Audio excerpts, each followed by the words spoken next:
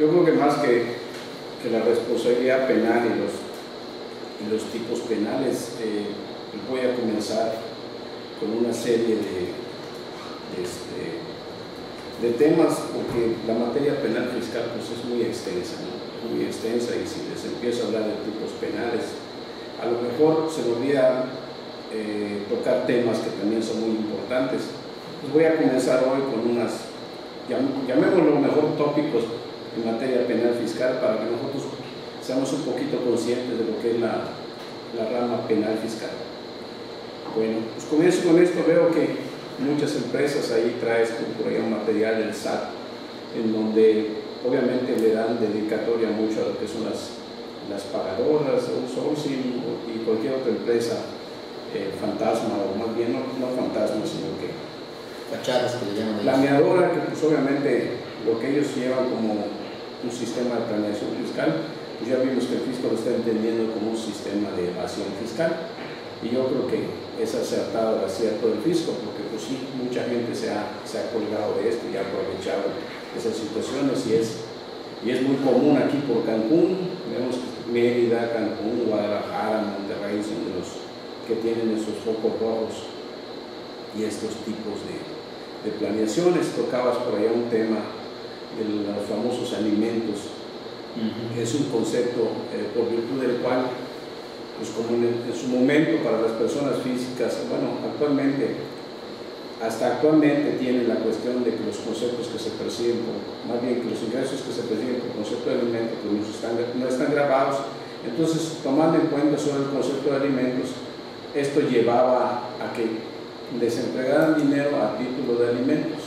Entonces vimos que en el Código Civil del Estado de Yucatán había una sociedad civil particular que le permitía darle a sus integrantes ingresos, más bien dinero por concepto de alimentos. Pues de ahí se colgaron para alegar que como lo que está desgrabado en la cuestión que te entrega un acreedor alimentario, pues en sentido estricto, si hay una ley que obliga a entregarte algo por concepto de alimentos, esto convertía a tu proveedor de ese dinero como un acreedor alimentario, cosa equívoca, porque ya sabíamos que los criterios que estaba trayendo el SAT, y como existe la ley, o sea, el verdadero sentido de la ley al hablar de alimentos nos está haciendo referencia a aquellos que nosotros le damos a nuestros hijos, a nuestras esposas, que eso sí es alimento, ¿no?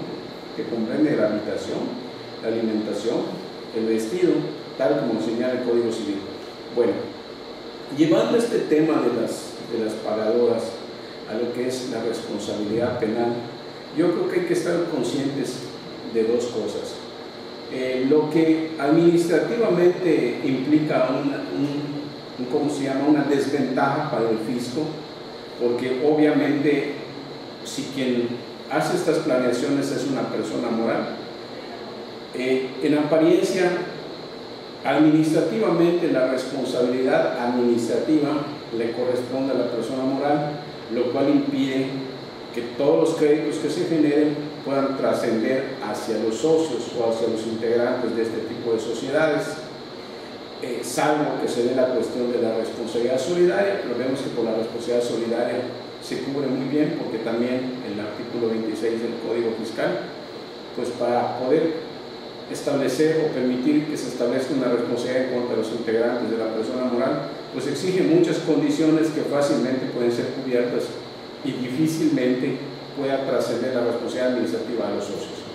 Bueno, pero en el ramo penal, creo que yo ya lo había comentado por ahí, en el ramo penal habría que pensarlo muy bien, porque en el ramo penal, pues desgraciadamente, la responsabilidad penal actualmente no solo se limita al hecho de mandar a la cárcel a una persona, sino que toda la deuda administrativa que no se puede cobrar a la persona moral, pues obviamente puede trascender a la figura del socio accionista o integrante de la persona moral, y además hacia terceros. O sea, que no crean estas personas que utilizan a otros terceros que quedan excluidas de alguna responsabilidad. Esa es una cuestión muy falsa, porque piensan, oye, voy a agarrar al paletero o al jardinero que está pasando por allá, me voy a pedir su credencial, voy a constituir, me voy a coludir con el notario para constituir una sociedad. donde yo verdaderamente manejo todo y yo aprovecho todo mientras otros adquieren su responsabilidad. No, no es así. Hay una parte de la responsabilidad penal que establece que es responsable aquella persona que utiliza a un tercero para poder cometer el delito, ¿sí? El detalle se da en el sentido de que el Ministerio Público no es que no tenga capacidad, a lo mejor no quiere hacer bien su trabajo y no investiga bien. O sea, vemos que muchas veces la responsabilidad la tiene quien solo aparece como asociado, como socio o como accionista en una persona moral, en la que a lo mejor ni siquiera tienen idea ellos que tienen la calidad de socios accionistas, ¿no? ¿Por qué? Porque los utilizan para sus fechorías. Entonces, aquí es bueno, o sea, que el Ministerio Público investigue, porque realmente se tiene que encontrar el verdadero culpable, no a las personas que son utilizadas para esto. Bueno, entonces tiene mucha importancia el tema que tú estás planteando para la cuestión de la materia penal, pero me voy a enfocar a ver el lado de la materia penal respecto a cosas importantes que escapan de nuestro conocimiento común, ¿no? ¿Qué tiene que ver la materia penal fiscal? ¿Por qué la materia penal fiscal existe en un código fiscal y no en un código penal? ¿Sí? Aquí tiene que ver el concepto de los famosos delitos especiales. ¿Qué son los delitos especiales? Para poder entenderlos, por regla general o por una costumbre, pues nosotros los abogados estamos acostumbrados a que si yo quiero encontrar si algo es delito o no, pues me voy a consultar mi código penal. En el caso de delitos federales, pues me voy a consultar mi código penal federal. Pues resulta que si yo me voy a mi código penal federal, no encuentro ningún delito que se correlacione con la emisión de contribuciones, no encuentro ningún delito de contrabando.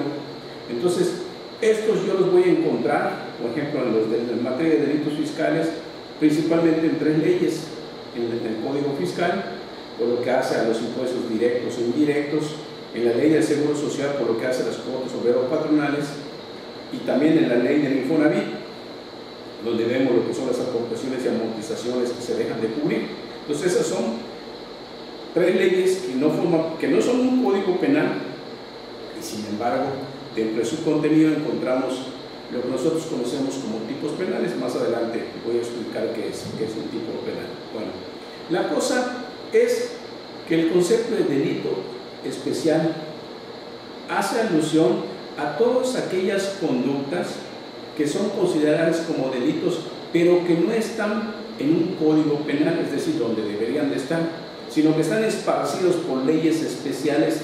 De ahí que se les llamen delitos especiales.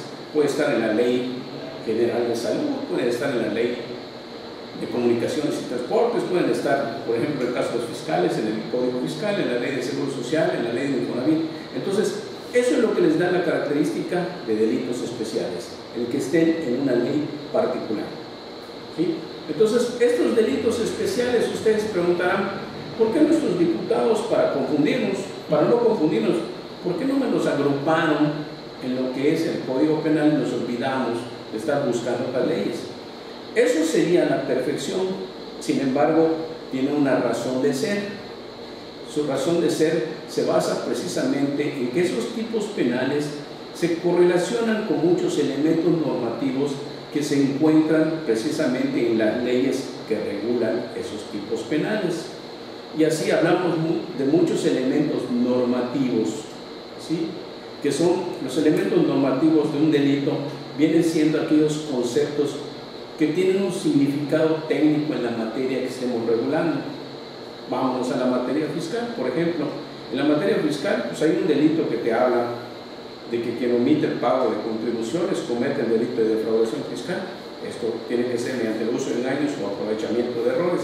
Entonces, ahí hablamos, por ejemplo, de un elemento normativo que es el pago de contribuciones. Entonces, ese concepto de contribuciones tiene su definición en el propio Código Fiscal. La omisión tiene que ver con temas de obligaciones de pago y con fechas de pago. Entonces, la explicación de esos elementos la encontramos en la legislación fiscal. Entonces, eso constituye lo que es un elemento normativo, que solo lo vamos a hallar en la ley particular, que es la ley fiscal. De ahí que es más práctico, ¿sí?, encontrar y más bien ubicar este tipo de delitos fiscales o delitos especiales en lo que es la legislación particular, cuya omisión se sanciona a través de una conducta constitutiva de delito. Entonces, de ahí la característica de que los delitos fiscales sean considerados como delitos especiales. Bueno,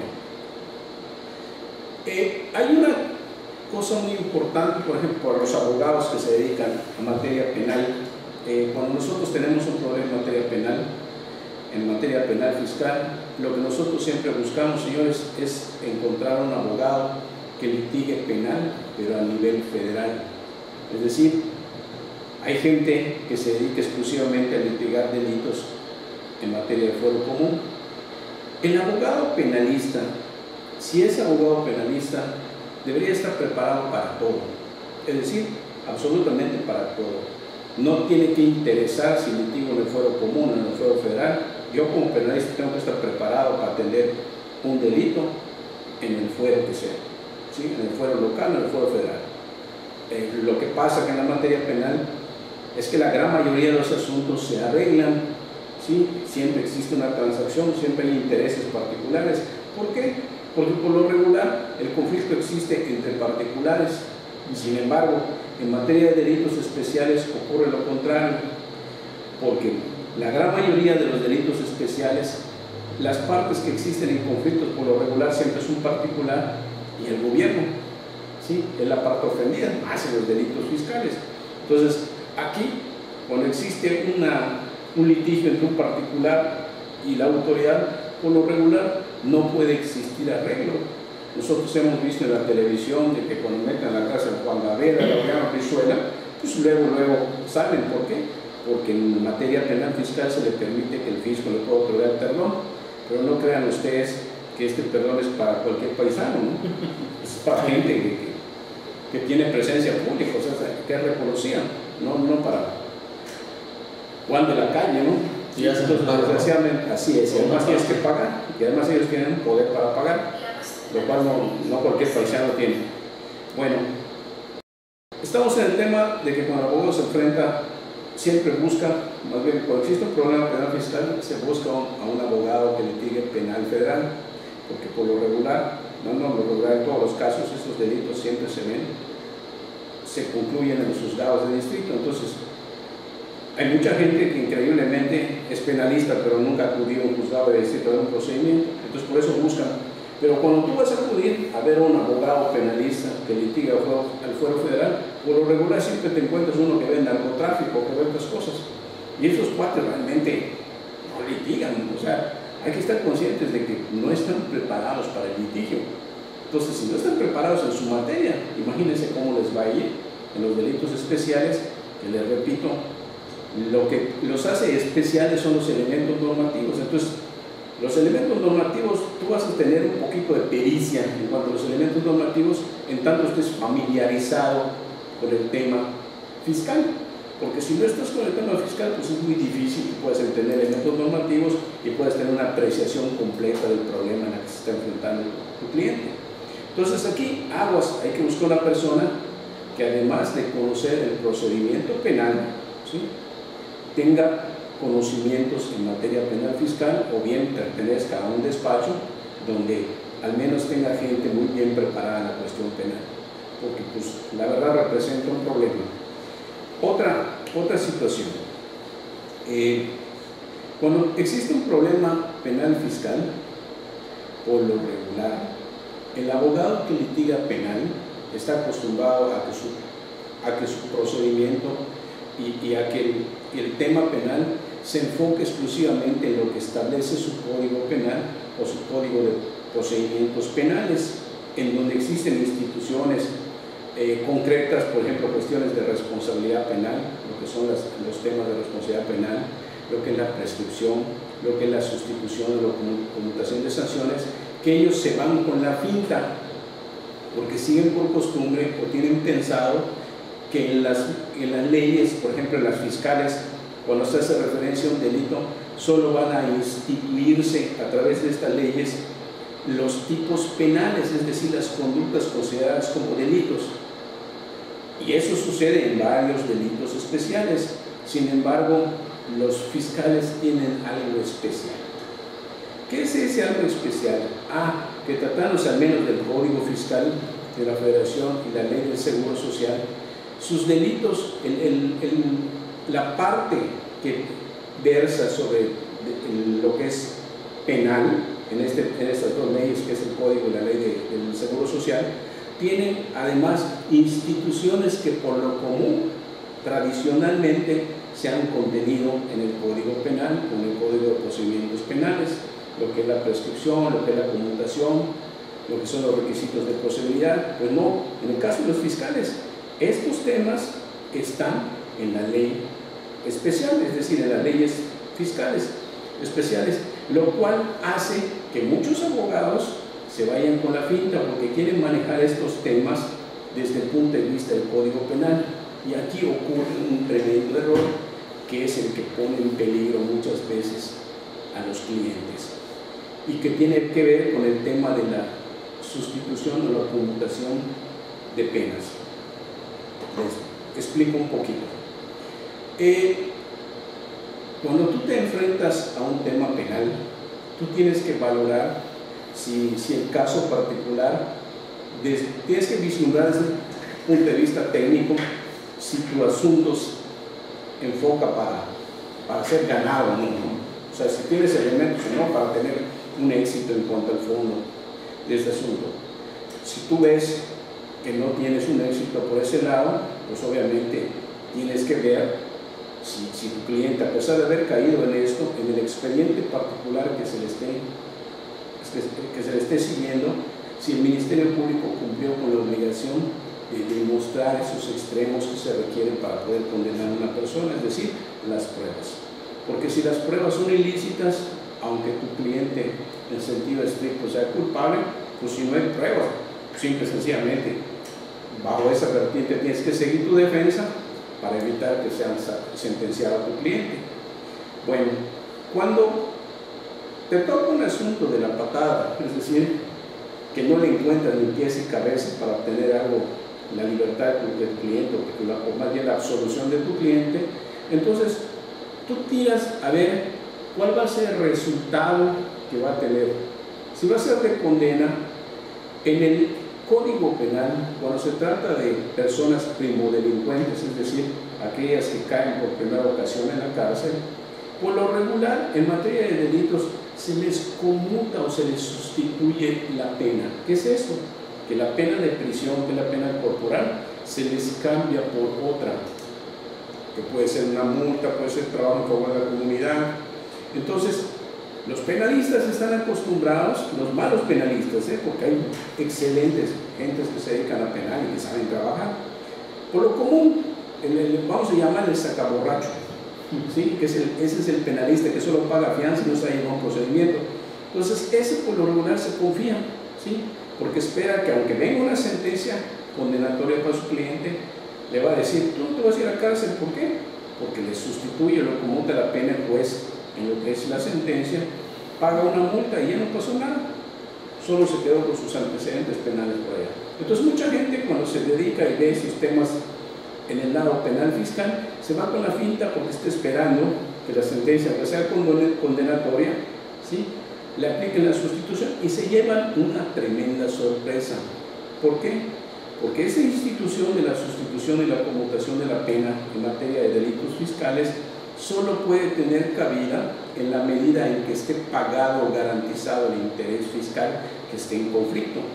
De tal suerte que si tú en todo el trayecto del procedimiento penal no tuviste el cuidado de cubrir el crédito fiscal, pues obviamente va a venir una sentencia en donde te van a negar ese beneficio. Y les comento, porque a mí me ha pasado, de que a una persona pues lo han condenado a mes y medio por el hecho de no pagar 300 pesos de omisión. Entonces se queda el abogado así y dice, yo ya no puedo seguir porque realmente yo no sé qué hacer. Bueno, pues lo único que le faltó hacer a ese abogado fue leer su código para tener el cuidado de pagar y de cubrir ese requisito, que es la única diferencia que existe entre la conmutación establecida en el Código Penal y el ¿cómo se llama?, y el Código Fiscal. Entonces, a lo que voy es que hay ciertas instituciones, ¿sí?, que en materia de delitos fiscales están reguladas específicamente en las leyes fiscales, aunque están establecidas de otra forma en el Código Penal. Entonces, cuando nos enfrentemos a un tema de estos, veamos esas instituciones, porque las que deben prevalecer son las de las leyes especiales, ¿sí? Y si nos enfocamos a apreciar la defensa desde el punto de vista penal, pues tendríamos un error técnico por ahí.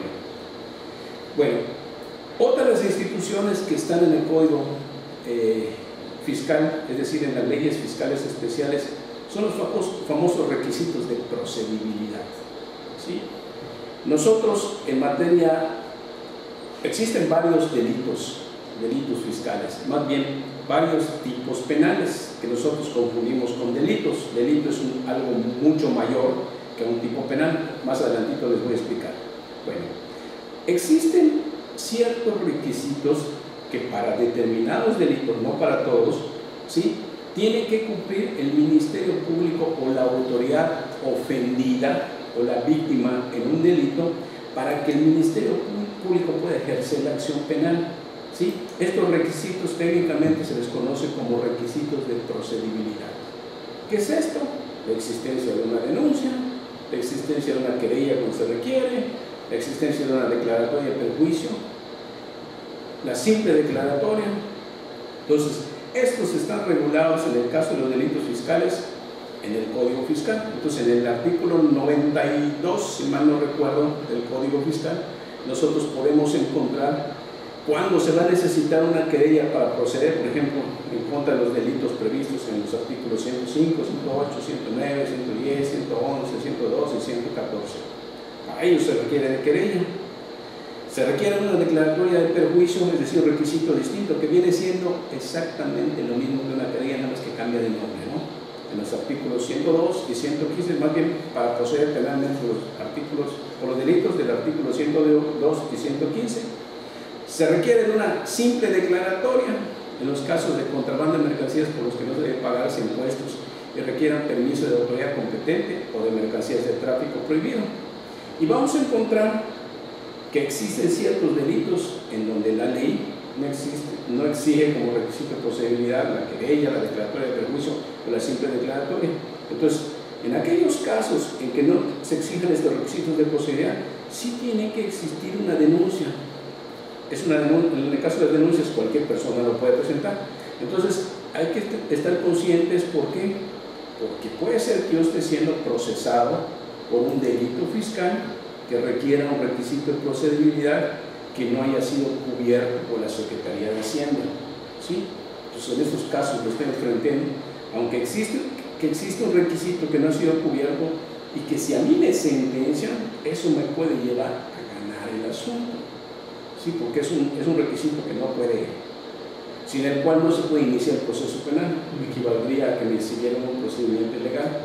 Entonces, cuando tú te enfrentas a un caso que a lo mejor no va a existir, porque estos requisitos los cubre siempre la Secretaría, pero imaginémonos que yo llego a sentencia y me condeno, o sea, que condenan a mi cliente y resulta que es un delito del que requiere una querella, una declaratoria de perjuicio. Bueno, esto yo lo puedo advertir casi en todo mi procedimiento, pero no es recomendable, ¿sí?, que yo lo ventile antes de sentencia. Porque como se trata de un requisito de procedibilidad, si lo ventilo es probable que me dé una libertad por falta de elementos, pero la libertad por falta de elementos no implica una sentencia, ¿sí?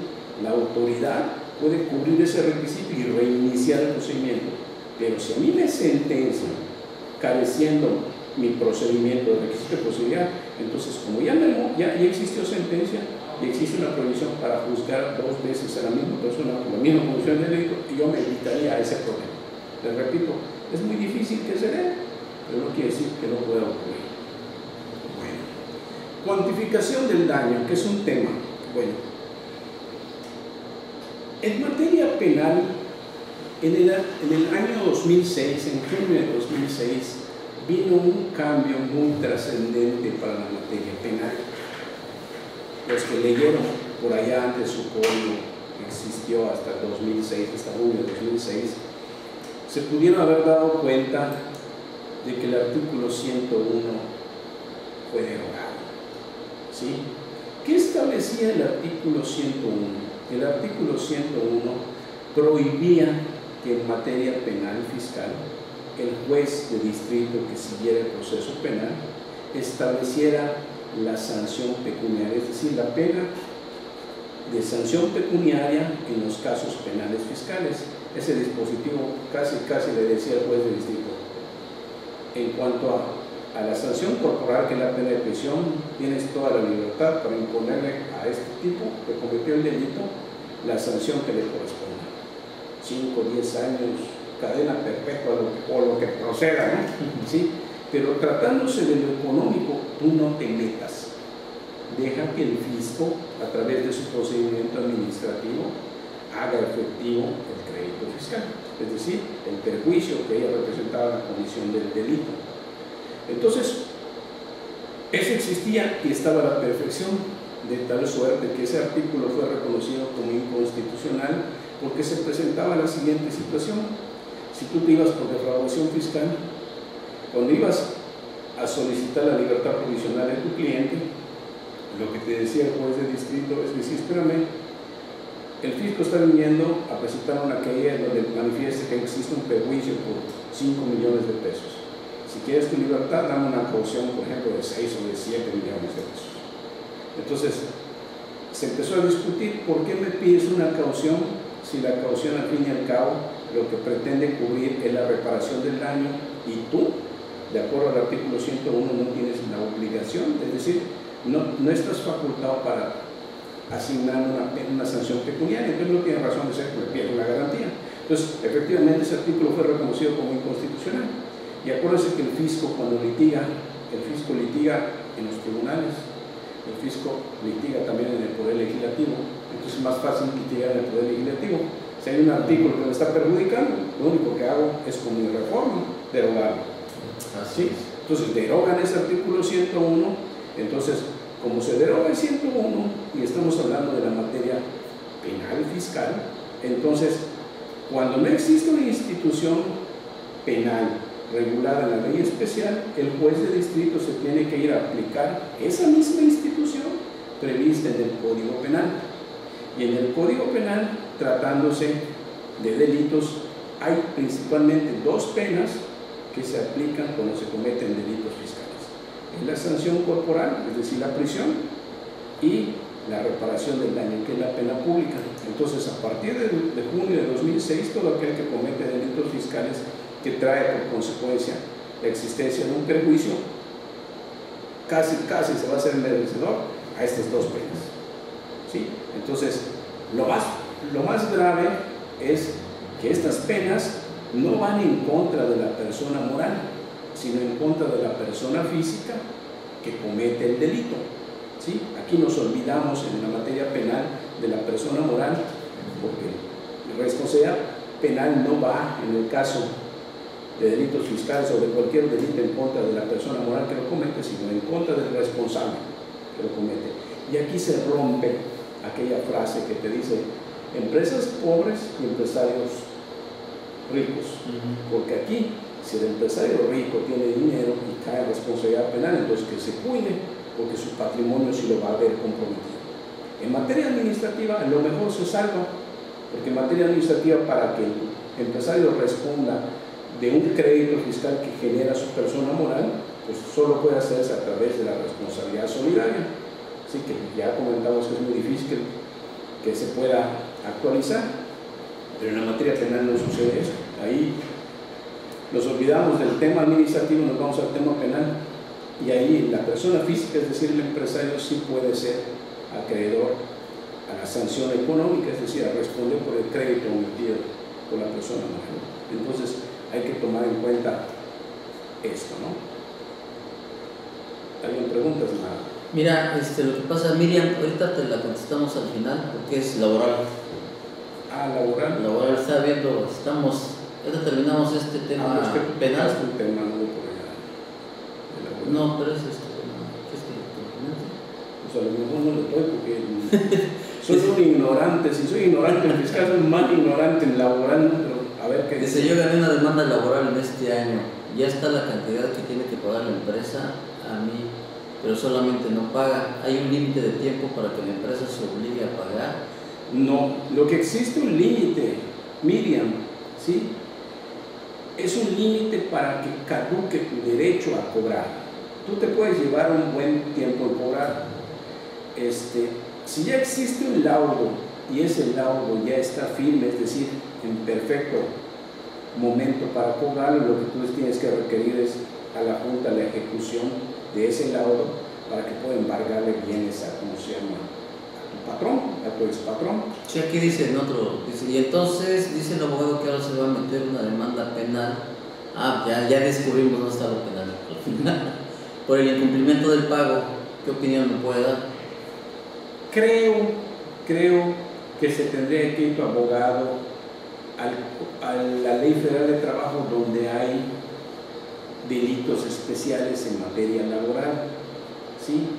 Y tratándose de eso, si mal no recuerdo, creo que solo existe en materia laboral un delito cuando el patrón no te paga, pero creo que atañe al pago del salario mínimo. Es decir, aquellos sujetos que estando con salario mínimo no cobran, es decir, su patrón no le cobra. No estando, pero te repito, no estoy muy seguro. Pero si se trata de un delito, tendría que irse para allá. ¿Sí? Si quieres, de cualquier manera, Miriam, ahí te mandé el correo del licenciado Cocom, es la dirección. Mándale ahí la duda y se checa y se te contesta, por favor. ¿Ok?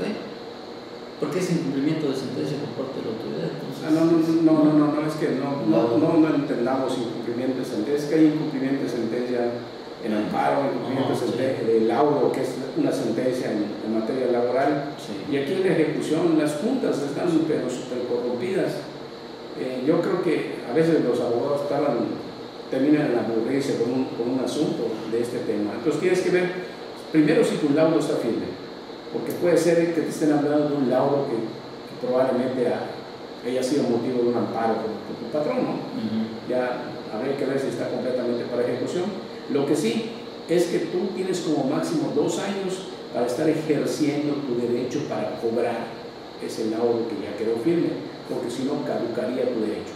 Entonces en ese aspecto tienes que estar abusado, estar actuando constantemente solicitando tu ejecución para que no caduque. Ok. Y entonces el abogado, lo dice Ramón, pero en cuestión laboral los juicios solo son 1 año con la nueva ley laboral. A lo mejor estás confundiendo el tema de las prestaciones que tú puedes reclamar, que ya existe un tope.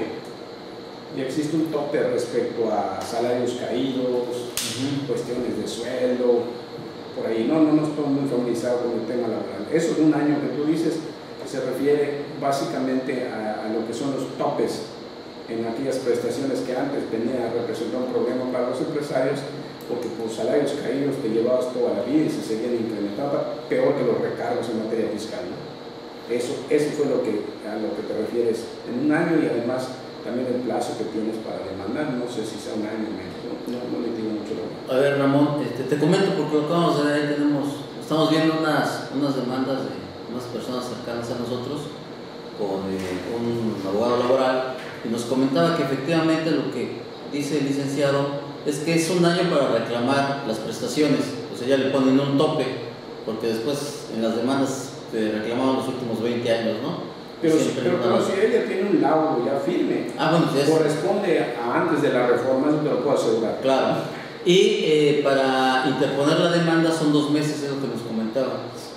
Que luego los patrones lo que buscan es distraerte un rato y espérame, si te voy a pagar. No metes la demanda y prescribe en 2 meses y ya no puedes presentarla. Entonces, abusados con eso, que es muy diferente. ¿Ok? Bien, continuamos. Ya ven que les dije que la materia penal fiscal es muy amplia, entonces ya no estamos comiendo casi el tiempo y no hemos avanzado en nada. Pero yo creo que es muy entretenida, ¿no? Claro. Bueno, otro tema importante en el aspecto penal fiscal es lo referente a la caución. ¿Qué es la caución? ¿Para qué sirve la caución? Bueno, en nuestro México lindo y querido, actualmente con nuestro sistema penal, que pronto va a cambiar, ¿sí? Cuando tú te enfrentas a un procedimiento penal, ¿sí?, se te aplica de entrada ya estando en proceso ante el juez, no ante el Ministerio Público, lo que es la llamada prisión preventiva. ¿Qué es esto? Que tú vas a estar allá recluido durante todo el tiempo que dure el procedimiento penal y sin que estés todavía sentenciado. Esa es la prisión preventiva. Se te impone como medida cautelar para que tú no huyas del procedimiento, es decir, para que enfrentes el procedimiento y se pueda decidir si eres inocente o culpable. Bueno, la prisión preventiva precisamente puede ser evitada en los casos en que la ley lo permite, porque no es en todos los casos, pagando una caución, es decir, lo que nosotros conocemos comúnmente como una fianza. Hay distintas formas de caución, pero pues la gente común y corriente lo entendemos como una fianza. Págale su fianza. Precisamente la fianza tiene por objeto garantizar el daño que se genere por la comisión del delito y para evitar la prisión preventiva. En el caso de los delitos fiscales hay que estar abusados porque tenemos que estar conscientes de a cuánto es lo que a mí me puede imponer un juez de distrito cuando yo cometo un delito de defraudación fiscal. Bueno, la norma te habla, ya en apariencia te da una duplicidad de lo que es el perjuicio causado al fisco, porque te dice, ¿sí?, que la caución va a comprender el monto del perjuicio que el fisco va a hacer patente en el momento de presentar su escrito de querella o su declaratoria de perjuicio, y además el monto de las contribuciones que a la fecha en que se solicite la caución se adeude junto con sus actualizaciones y recargos. Entonces, estamos hablando de que la ley establece una doble cuantía en el caso de los delitos de defraudación fiscal. Salvo que tú tengas pagado, garantizado el interés fiscal que esté en conflicto en el momento en que se enfrenta el procedimiento penal, porque ahí te pueden reducir la cuantía. Es que claro. Ese monto está en el Código Fiscal. ¿Qué? Dice, ese monto está en el Código Penal Federal. ¿Qué? El monto, señoras, el monto. El monto de la caución. No. Eso es lo que yo les digo. Es que no nos confundamos.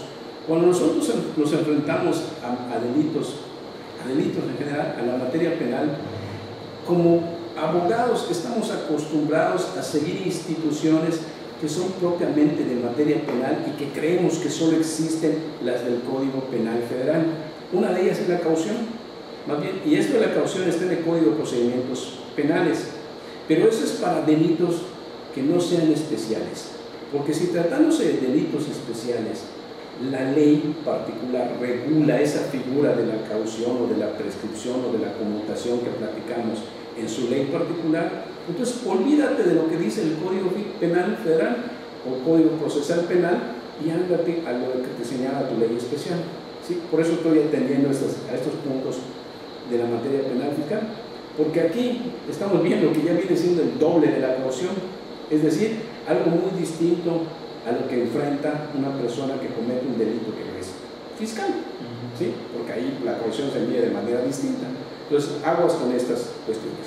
Bueno, lo que sí tenemos también que tomar en cuenta es que cuando nos enfrentamos a delitos fiscales, al igual que cuando nos enfrentamos a cualquier delito común y corriente, acuérdense que esta prisión preventiva que se puede evitar mediante la caución, ¿sí?, no se puede dar cuando se trata de delitos graves. Entonces, en materia de delitos fiscales tenemos que conocer cuáles son los delitos graves.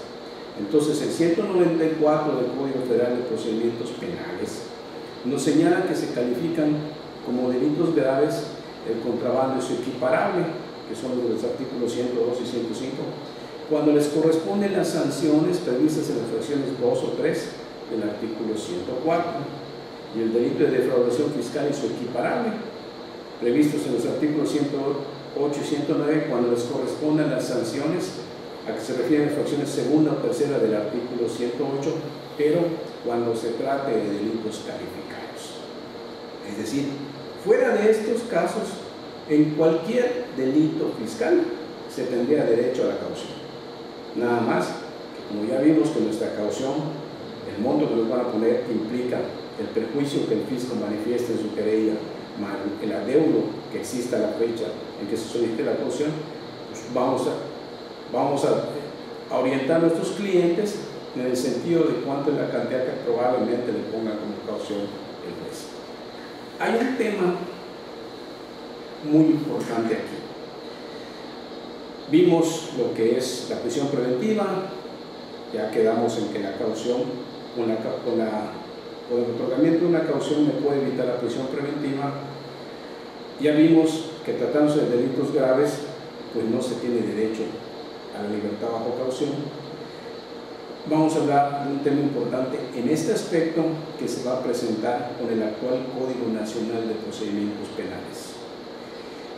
Nuestro sistema penal tradicional, es decir, el que actualmente tenemos, hasta lo que existe en este momento, nos establece que tratándose de delitos fiscales que sean graves, que son concretamente los calificados, no se va a tener derecho a la libertad bajo caución. Eso es lo que nos indica. ¿Sí? ¿Por qué? Porque me ubica en el artículo 194 bis del Código Federal de Procedimientos Penales ciertos delitos fiscales que se consideran como graves, es decir, como aquellos delitos en los cuales no se tiene derecho a la libertad bajo caución. ¿Sí? Sin embargo, si nosotros nos vamos a analizar el Código Nacional de Procedimientos Penales, el que va a entrar en vigor cuando mucho en el año 2016, y es el que trae el sistema penal acusatorio, ese código cambia hasta el momento, ¿sí? No prevé como grave ningún delito fiscal, ¿sí? Es un tremendo cambio que trae. No sé si se les olvidó a estos señores cuando hicieron el Código Nacional, pero ojalá que no lo estén escuchando, no voy a decir que los incluyan, porque vamos a meternos en un grave problema, ¿no? Entonces hay que tener en cuenta esto. En tanto no cambie el Código Nacional, vamos a tener la esperanza de que ningún delito fiscal se convierta en grave. A muchos les volvió el alma ahorita al cuerpo.